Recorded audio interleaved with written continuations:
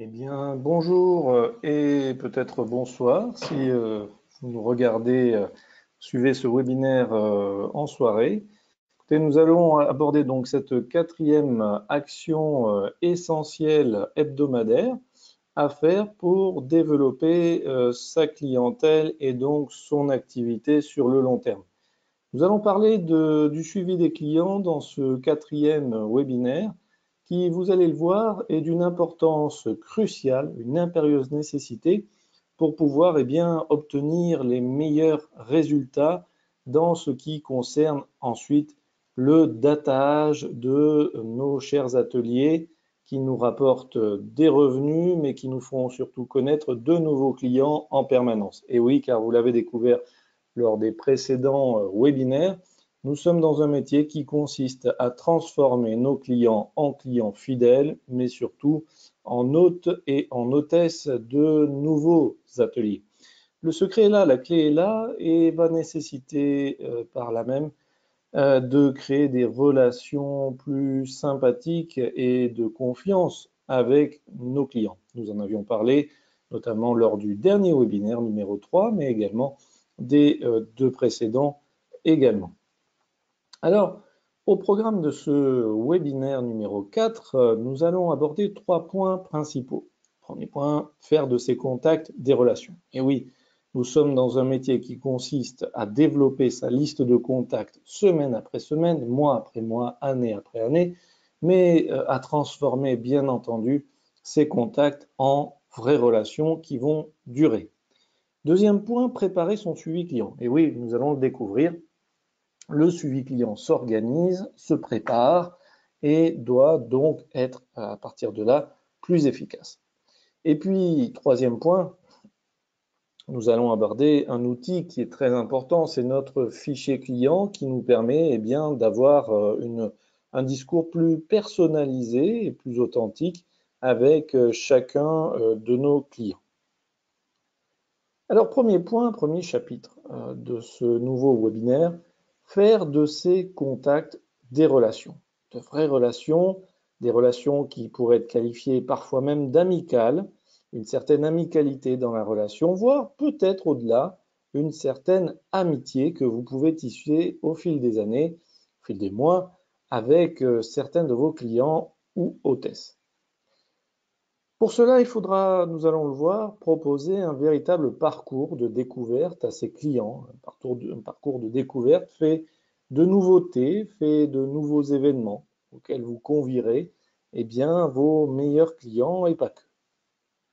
Alors faire de ces contacts des relations, pourquoi exactement?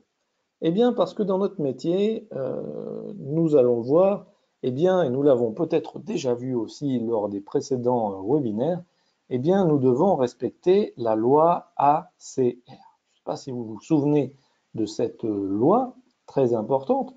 La loi ACR, c'est la loi qui repose sur un principe schématique, une loi presque mathématique dans nos relations avec notre clientèle. Si vous souhaitez être respecté, c'est-à-dire que vos interlocuteurs, interlocutrices accordent du crédit, accordent vraiment de la, comment dirais-je, du sérieux à ce dont vous leur parlez, que ce soit votre activité d'atelier, que ce soit vos produits, que ce soit l'univers de la magnétothérapie, que ce soit éventuellement votre activité, le marketing de réseau. Eh bien, si vous voulez avoir ce respect de la part de vos interlocuteurs, il faut qu'ils vous fassent confiance.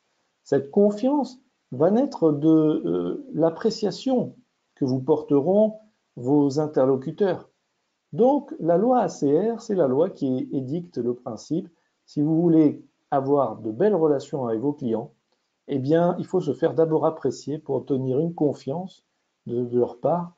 Et de la confiance va naître cette relation de respect, de prise au sérieux par rapport à ceux que vous leur présentez.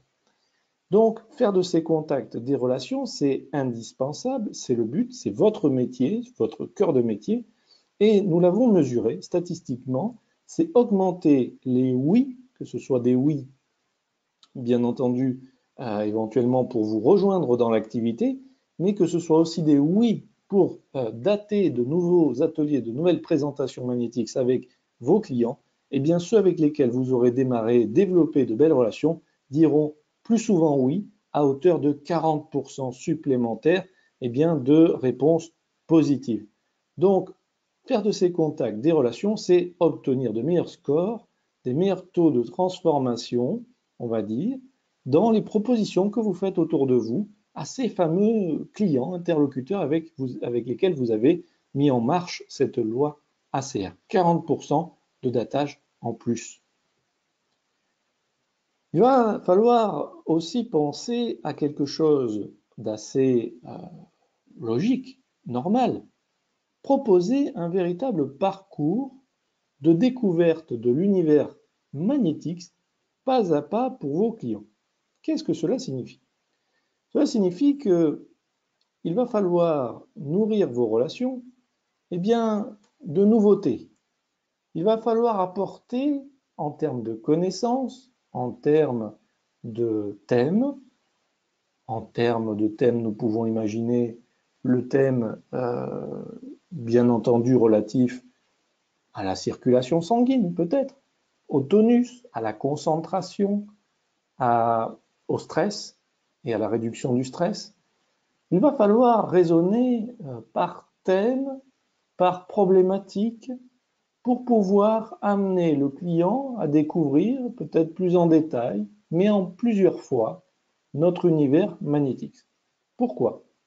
Parce qu'on s'est aperçu, toutes les études le démontrent dans le domaine du marketing de réseau et en vente par atelier notamment, à domicile, que nous avons tendance, certains d'entre nous, à vouloir expliquer la totalité ou la globalité de notre univers, peut-être de manière trop spontanée, où nous expliquons, nous cherchons à convaincre et à expliquer l'ensemble des aspects de notre magnétothérapie, des effets des aimants à notre client. Cela se traduit par des présentations parfois trop longues, de plus de 2 heures, voire même parfois plus de 3 heures, qui vont donner malheureusement le sentiment à votre hôtesse, mais également aux clients présents, aux invités présents, qu'ils ont découvert l'ensemble en 2, 3, 4 heures de l'univers magnétique.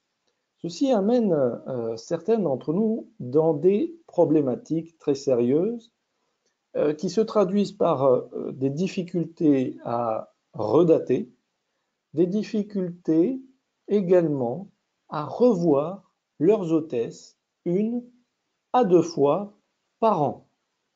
Autrement dit, beaucoup trop d'entre nous ne voyons nos hôtesses, ne voyons, pas nous revoyons, nous voyons nos hôtesses 1 fois par an, ce qui est très peu. Et au cours de cette visite, au cours de cet événement organisé avec elles, nous avons tendance à trop en dire, trop en expliquer. Vos hôtesses et les invités frisent ce qui s'appelle l'indigestion mentale. Ils en ont trop eu d'un coup. Donc, pensez à cela. La clé pour développer une relation client sur la durée, c'est de garder en réserve des nouveaux thèmes, des nouvelles parties de la gamme magnétique à faire découvrir petit à petit. Nos études ont démontré que, avec des ateliers et des présentations maîtrisées dans la durée, présentation d'1 heure et demie à 2 heures, cela vous permet d'organiser avec les mêmes hôtesses, la même hôtesse, 2 voire 3 présentations, 3 ateliers au cours d'une année, au cours de 12 mois.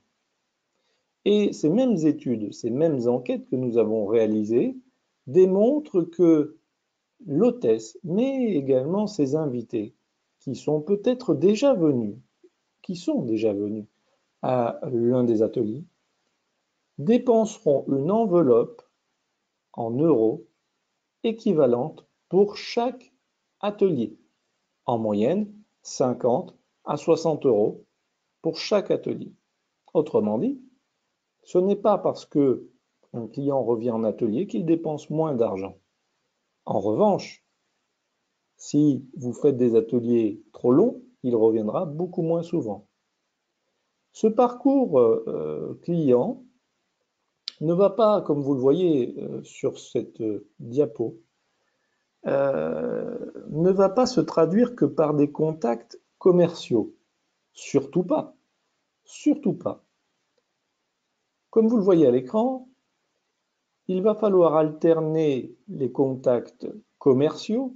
Par exemple, vous voyez atelier numéro 1, proposition en jaune de participation à un autre atelier.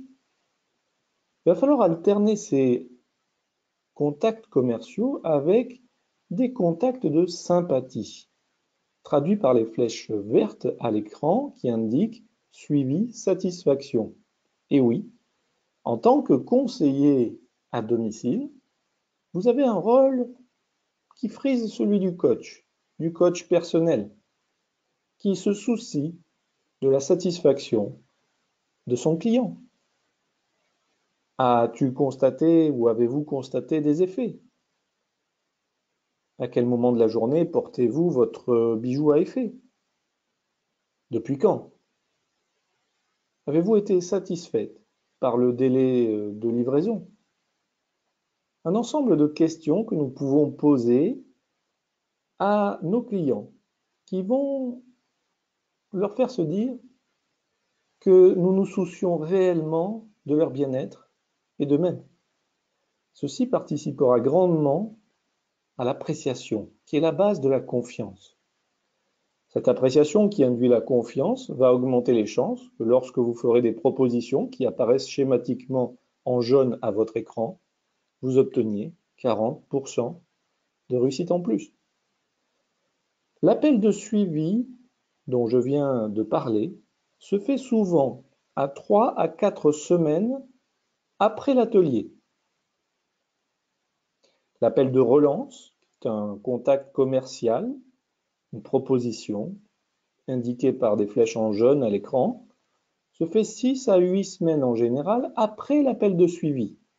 Autrement dit, après qu'il ait participé à un atelier, vous proposerez à votre client 9 à 12 semaines, jusqu'à donc 3 mois après sa participation à son atelier, vous lui proposerez d'organiser ou de participer à un deuxième événement sur peut-être, et nous vous le recommandons, un autre thème, Magnétix. Cet atelier interviendra, il faut le noter, 4 semaines à 6 semaines, parfois au-delà, après cette proposition.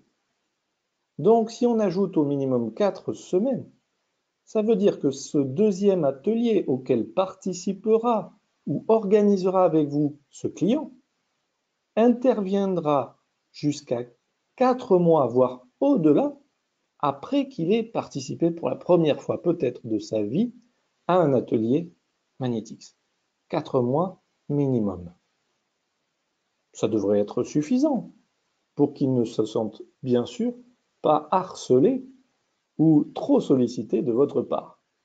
Imaginez, 4 mois, si même vous lui proposez un troisième atelier avant la fin de l'année, ce qui est indiqué sur le schéma, ça voudra dire que votre client, vous l'aurez vu 3 fois dans l'année, et que à l'occasion de l'une de ces visites, rencontres, événements, il vous aura fait rencontrer de nouveaux clients.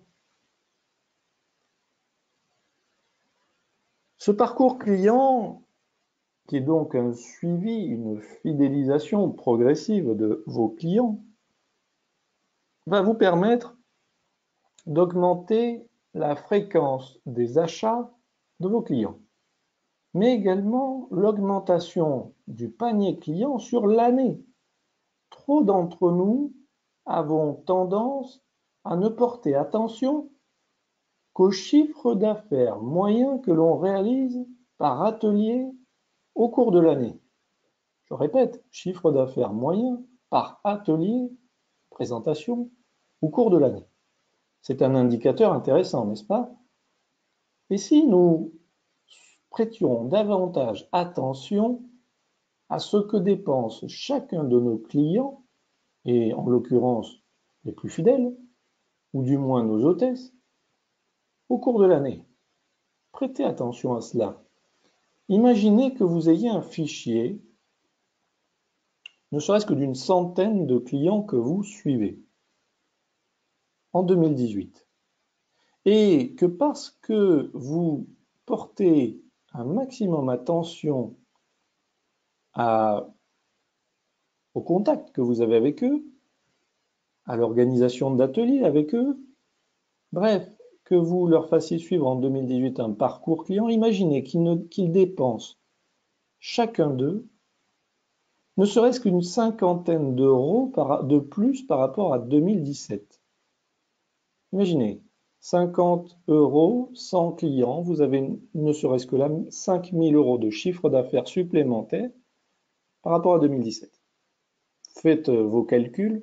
Maintenant, si vous réalisez cet exercice, dans les méthodes que nous allons voir dans quelques instants, sur 100 clients qui dépenseraient donc peut-être 100 euros de plus, ou alors 200 clients qui dépenseraient 50 euros de plus, ainsi de suite. Imaginez si vous rentriez dans cette logique, sans compter, parce que je ne l'ai pas compté pour l'instant, le nombre de clients que vous rencontreriez grâce à de nouvelles hôtesses. Des clients qui seraient devenus hôtesses et qui vous feraient rencontrer d'autres hôtesses. Maintenant, donc, vous faites l'addition de tout ce que ce suivi pourrait vous faire gagner en chiffre d'affaires et vous pourrez constater l'utilité donc de programmer cette quatrième action dans votre agenda. Une augmentation de votre productivité au travers du nombre d'ateliers qui va donc augmenter, mais également du réassort, car des appels, parfois de sympathie ou commerciaux, vont donner lieu à des commandes supplémentaires. Toutefois, la mise en place donc de ce parcours de découverte client va nécessiter, notez-le bien, de définir des thèmes d'ateliers qui correspondent à des parties de la gamme et donc de proposer aux clients des ateliers thématiques ou des événements spéciaux. Nous allons bientôt arriver à la rentrée du mois de septembre. Nous enregistrons ce webinaire au mois de juin, le 25 juin. Pensez que les intersaisons, les changements de saison sont parfois éprouvants, fatigants pour certains d'entre nous, et que c'est une période qui pourrait donc donner lieu à des ateliers thématiques sur le bien-être dans différents domaines pour vos clients qui les intéresseraient. Chartez, timez les ateliers thématiques, pas plus de 1h30, voire jusqu'à 2 heures, ce qui incitera plus facilement vos clients à revenir au cours de vos ateliers. N'oubliez pas, c'est le vieux principe du bon film au cinéma. Si le film est très bien mais qu'il dure plus de 3 heures, j'ai vraiment passé un bon moment, mais est-ce que je serai enclin, est-ce que j'aurai envie de le revoir de sitôt? Enfin, de raisonner panier client et non plus chiffre d'affaires par atelier uniquement, mettant l'accent sur le suivi en vue du redatage, comme je vous l'expliquais. Passons maintenant au deuxième chapitre de ce webinaire. Nous allons voir, préparer son suivi client, c'est identifier un certain nombre de raisons, d'occasions pour prendre des nouvelles de son client et se rappeler au bon souvenir de ses clients régulièrement. Alors, toutes les occasions sont bonnes pour rester en contact avec ses clients, bien évidemment. Considérez sincèrement vos clients comme des amis. Alors, en particulier en France, nous avons un ensemble de vocabulaire pour parler d'amitié. Nous avons les connaissances, nous avons les collègues, nous avons les copains, nous avons les potes, nous avons les amis, nous avons d'autres vocables pour désigner des contacts que nous avons familiers avec un ensemble de relations. Considérez sincèrement vos clients comme de bons copains ou de bons amis avant de les appeler. Conditionnez-vous, programmez-vous avant de prendre contact avec eux comme vraiment s'ils faisaient partie de votre entourage proche. Vous allez voir psychologiquement que ceci fait une différence. Alors, en termes d'occasion, nous avons la livraison. Nous en avons parlé précédemment ensemble. Est-ce que nous devons livrer tous nos clients à l'issue d'un atelier? La réponse est très simple. Si vous avez le sentiment que parmi votre clientèle, une personne a succombé, a été vraiment séduite par la magnétothérapie, les aimants, bijoux à effet, qu'elle a passé une commande relativement importante, plus de 100 € par exemple, qu'elle fait démonstration d'un certain intérêt pour l'activité, eh bien, selon votre sentiment, c'est à votre jugement personnel qu'il faut s'adresser, votre intuition. Alors ne perdez pas de temps et allez la livrer. Maintenant, si vous avez des clients qui n'ont pas forcément démontré plus d'enthousiasme, qui ont passé une commande pour voir, pour faire le test, eh bien, à ces clients-là, bien entendu, vous pouvez expliquer que leur achat sera livré chez l'hôtesse. Le suivi satisfaction, comme je vous en ai parlé, ce fameux appel qui dure quelques minutes et qui va pouvoir vous permettre d'établir un lien plus proche, plus familier avec vos nouveaux clients, mais aussi les anciens, en leur posant encore une fois des questions sur les compliments éventuellement qu'ils ont reçus auprès de leur entourage. Un client qui vous explique qu'il a eu des compliments de par ses collègues de bureau ou de par sa famille ou par des amis. Un client qui est satisfait parce qu'il constate des premiers effets au bout de quelques semaines, eh bien, vous pouvez le noter, car ce seront des raisons, des arguments qui vous mèneront, qui justifieront le fait que vous lui fassiez une autre proposition, une proposition d'organiser par exemple un atelier. Une offre sur un des produits préférés de votre client peut être bienvenue pour le contacter, l'en informer du moins.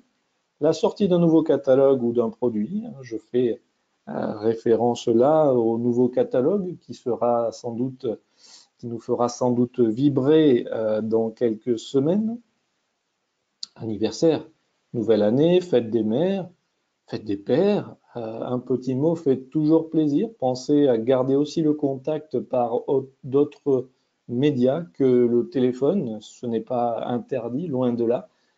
Ça vient en complément des échanges en live, en direct que vous pouvez avoir avec vos clients.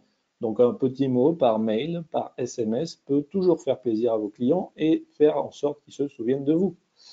Évitez les ruptures de stock, faites des commandes de renouvellement, c'est un message que vous pouvez adresser verbalement ou par autre moyen à vos clients.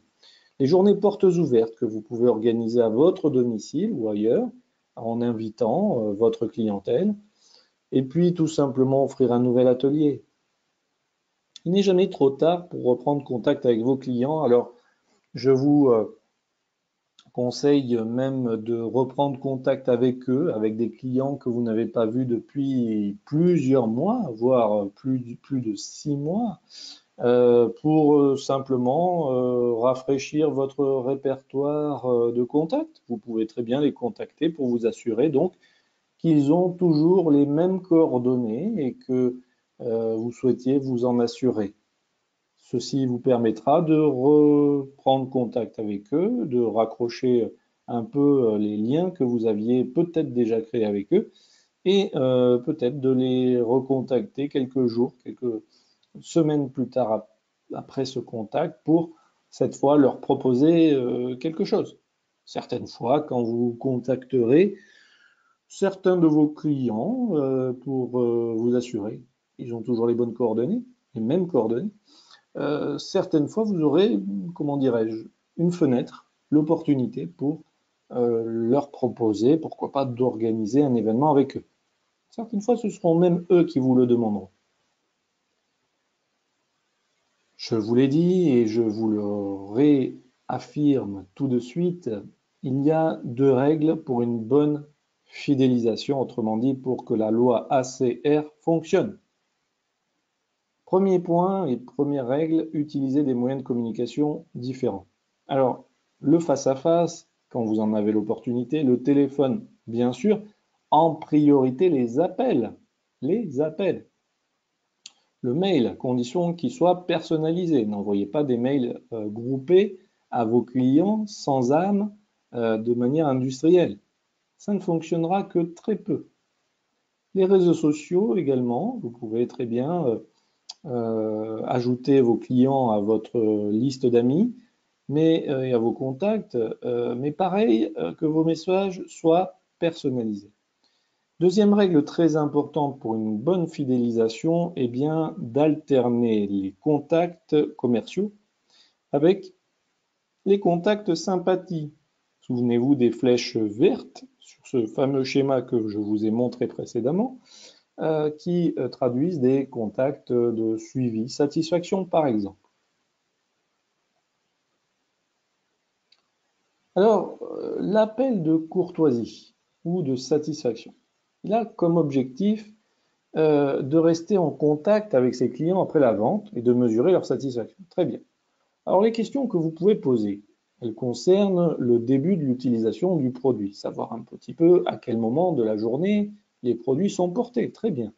Les ressentis, les compliments reçus de l'entourage et d'autres questions que vous pourriez poser également si la personne s'est renseignée sur la magnétothérapie. Est-ce qu'elle a pu pousser un peu le sujet, trouver des articles intéressants sur le sujet? C'est une manière indirecte de l'amener à s'intéresser encore davantage à notre univers magnétique. C'est pourquoi pas à un moment donné de susciter ainsi une vocation ou une nouvelle envie chez votre contact de vous rejoindre. Alors, entraînez-vous. Entraînez-vous vraiment sérieusement sur cet appel de courtoisie.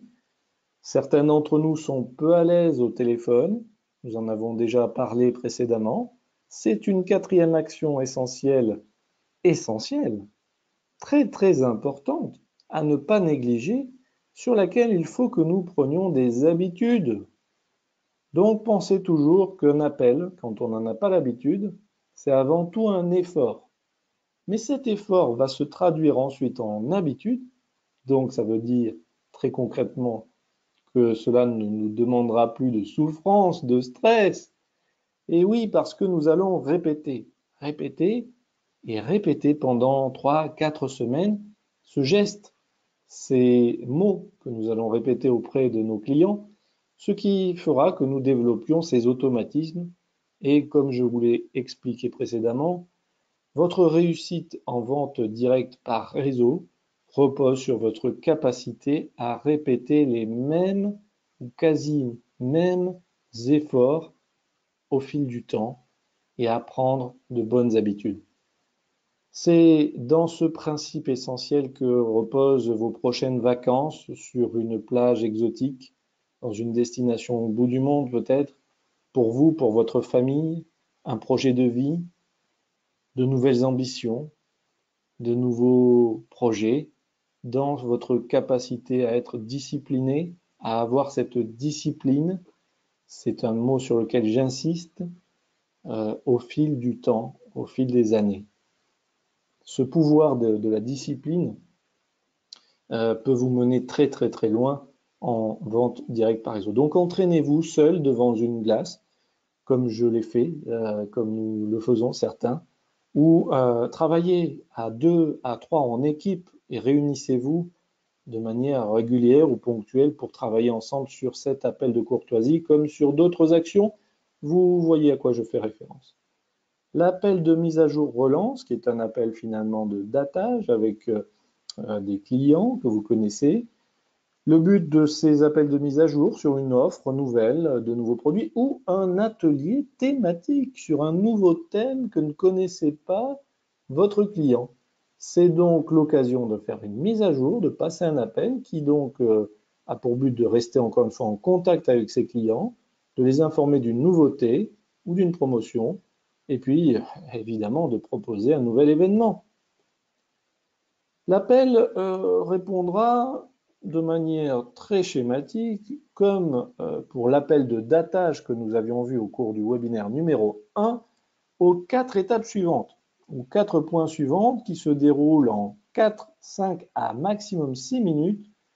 Contact, prendre des nouvelles de la personne, lui donner la raison, la motivation de l'appel, la proposition bien sûr d'atelier et de fixer une date comme nous l'avons vu avec lui en lui proposant un choix entre 2 ou 3 dates et pourquoi pas des créneaux horaires particuliers. N'oubliez pas, fixez toujours, c'est un rappel, la date de préparation hôtesse. Ne jamais fixer une date d'atelier sans fixer en même temps la date de préparation hôtesse, sauf bien entendu pour des hôtesses déjà chevronnées.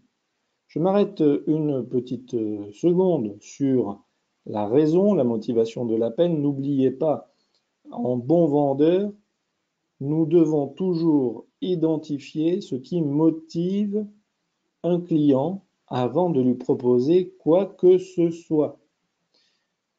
Prenez votre liste de contacts et en face de chaque contact, n'oubliez pas d'inscrire ce qui motive cette personne.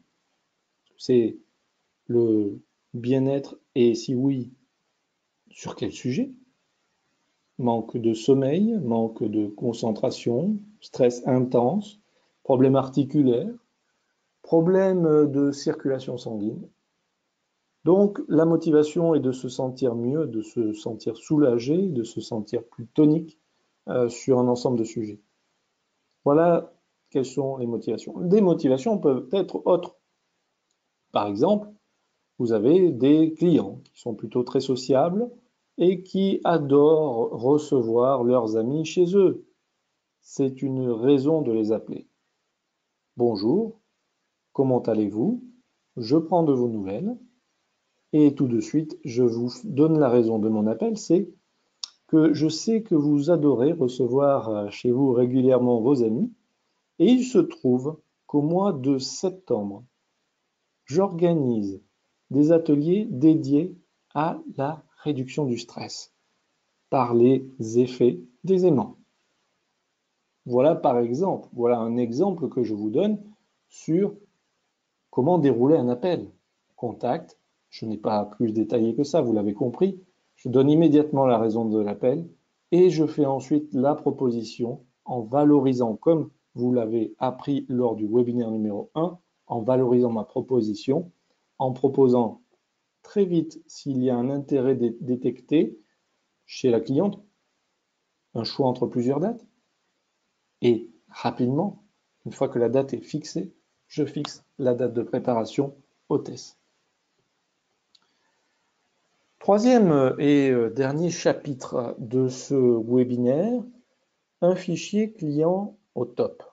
Et oui, il est important de tenir à jour une base de données pour mieux l'utiliser, pour être performant dans cette activité de prise de contact direct. N'oubliez pas, nous sommes en vente directe.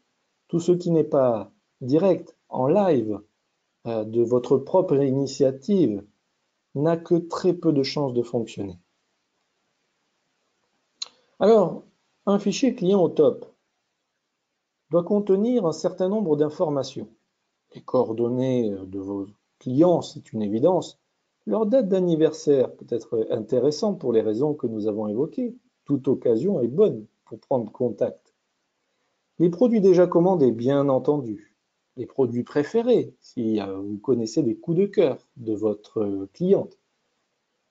Les dates de chaque contact, très important pour suivre le parcours que réalise avec vous votre client, qui est peut-être aussi une hôtesse. Lors d'un atelier, un échange téléphonique, un mail envoyé, avec ou sans réponse, et un résumé de ce contact. Prenez des notes sur vos clients, surtout ceux que avec lesquels vous avez des contacts réguliers, c'est-à-dire 2-3 fois par an, au moins, au moins. Cela vous permettra à chaque fois de pouvoir continuer vos échanges et aller encore plus dans la découverte et le rapprochement avec votre client. Comme je vous l'ai dit, nous avons une mission, faire de ces contacts de belles relations, voire parfois qui frisent l'amitié. Les ateliers datés ou la possibilité d'en dater, par exemple un client qui vous a dit qu'il serait davantage disponible en septembre, en octobre ou sur une autre partie de l'année, très bien, je le note. Je pourrais ainsi le rappeler pour préparer cette période avec lui. Tenir son fichier à jour pour se doter de raisons aussi de proposer un atelier. Plus j'ai de connaissances sur mon client, plus il me donne de raisons de l'appeler pour lui proposer de dater. Souvenez-vous de ce que je vous ai expliqué il y a quelques minutes sur l'importance de la raison d'appel. Les erreurs à éviter. Parmi les 3 erreurs les plus courantes dans le suivi client. Ces erreurs-là nous font perdre environ chaque année l'équivalent d'un revenu minimum, c'est-à-dire un SMIC. Le SMIC en France est établi autour de 1200 €.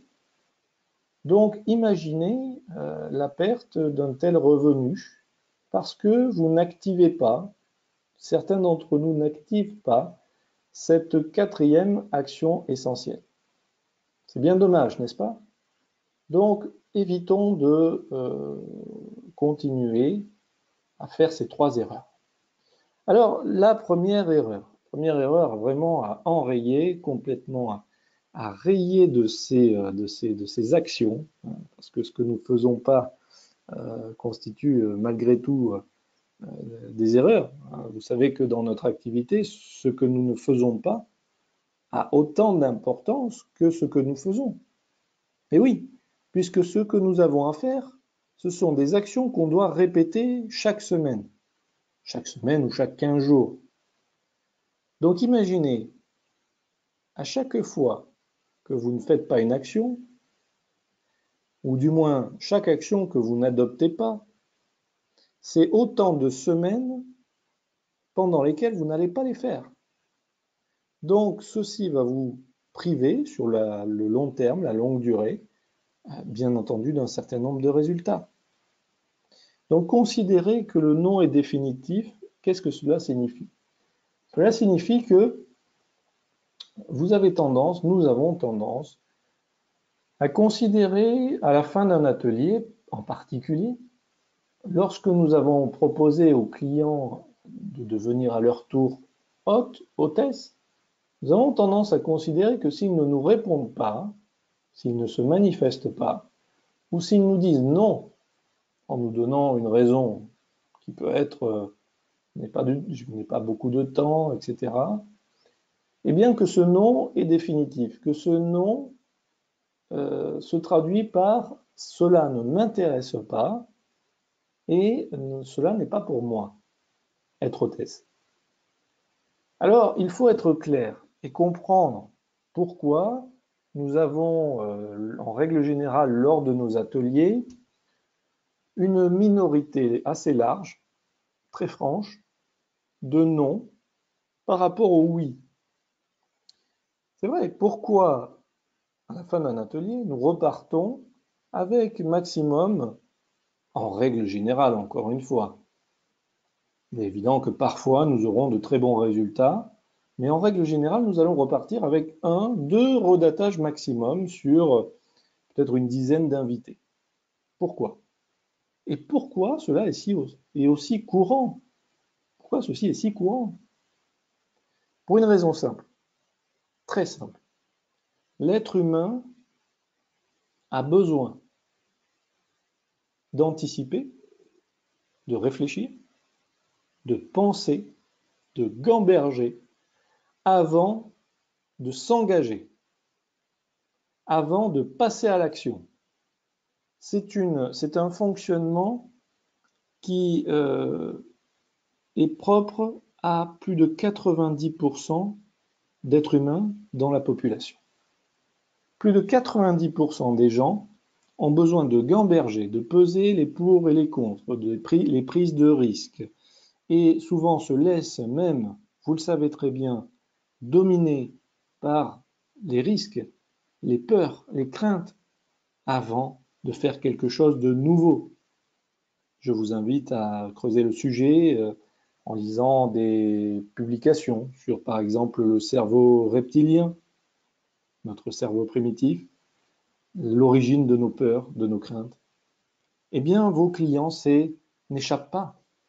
Vos clients n'échappent pas à cette logique qui voudrait que nous soyons venus en atelier en tant que nouveaux clients éventuels, avec l'idée de peut-être aussi organiser ce type d'événement chez nous. Et oui.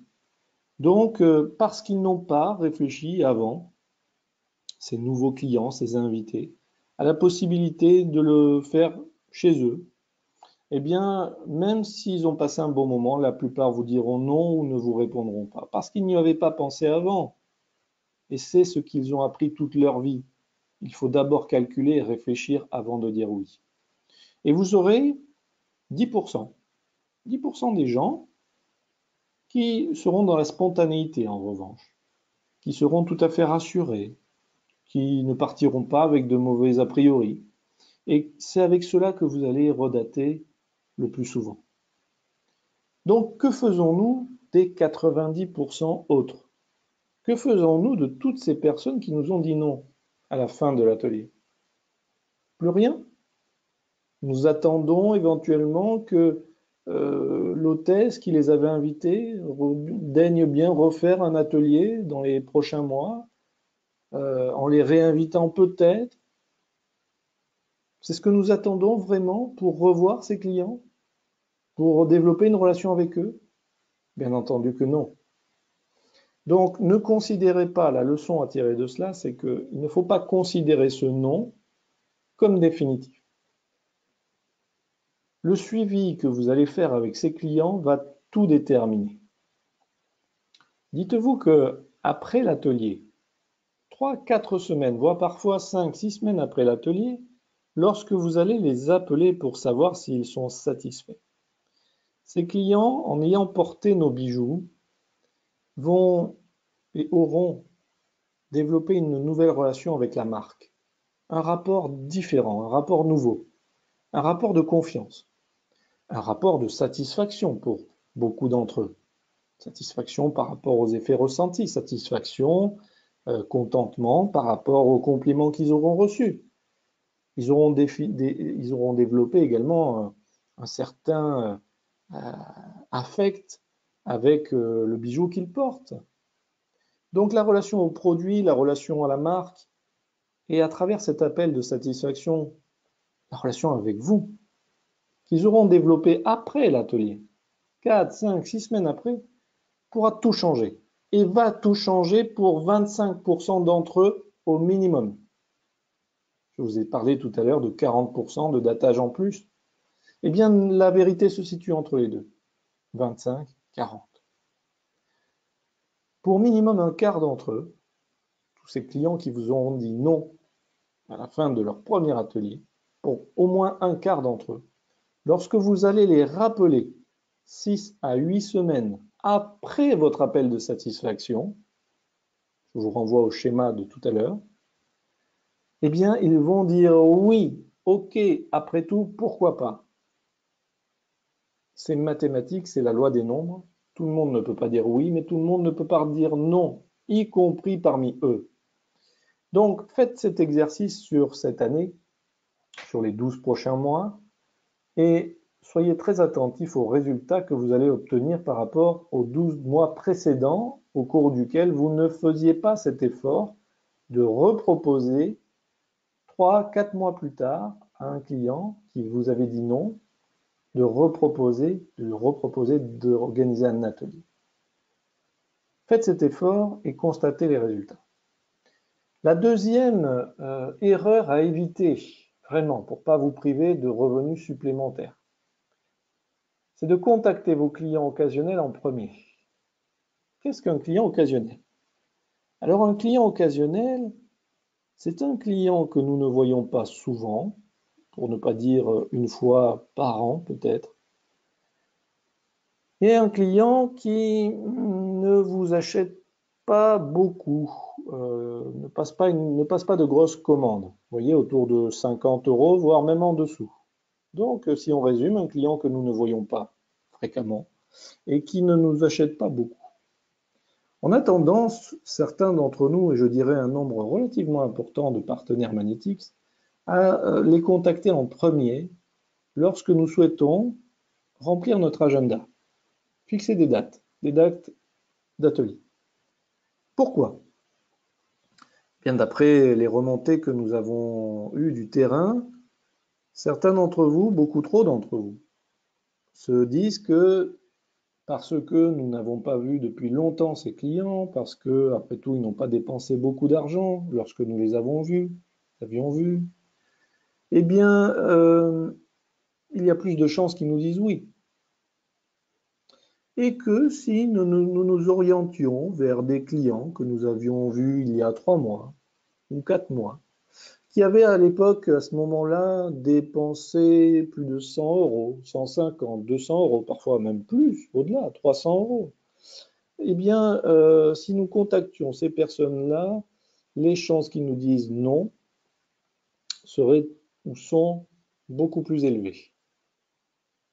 Eh bien, prenez vraiment à contre-pied cette idée reçue. Contactez en premier, lorsque vous souhaitez remplir votre agenda, contactez ces clients.